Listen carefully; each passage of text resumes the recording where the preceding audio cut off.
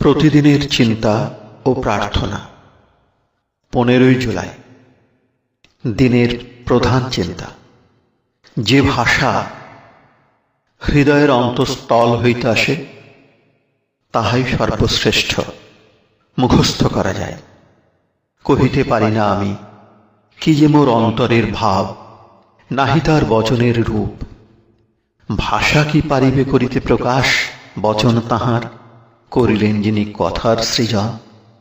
তাই বন্ধু, রহি আমি নীরব নির্বাক, যবে তুমি চাহো মোর সাথে করিতে আলাপ। উপদেশ। নানা মত প্রকাশ করিয়া বা অপরকে ধর্ম উপদেশ দিয়া আমরা কখনোই তৃপ্ত হইতে পারি না।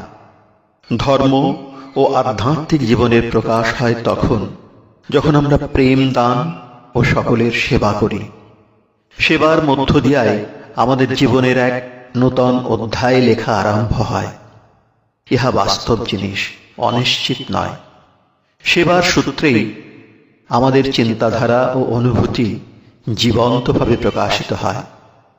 যদি আমাদের চিন্তা ও অনুভূতি সত্যনিষ্ঠ হয়, তবেই আমরা এ জীবনের কোনো আশীর্বাদ অপরকে না দিয়া নিজে একা সম্ভোগ করিতে চাই না। প্রার্থনা। হে চিরন্তন সত্তা, তুমি তোমার সর্বব্যাপী প্রেমের দিকে আমার হৃদয়কে খুলিয়া দাও। তোমার সেই প্রেম যেন আমার মধ্য দিয়া তোমার সন্তানদের দিকে প্রবাহিত হয় এবং সকলকে আশীর্বাদ করে। আমাকে তোমার যোগ্য মুখপাত্র করিয়া তোমারই বাণী তুমি বলিও। আমাকে সকল কর্কশতা হইতে মুক্ত করো এবং নম্র ও সরল হইতে দাও। আমার এই জীবন যেন তোমারই শান্তি বিকাশ করে এবং সকল অবসন্ন জীবনে আনন্দ আনিয়া দেয়।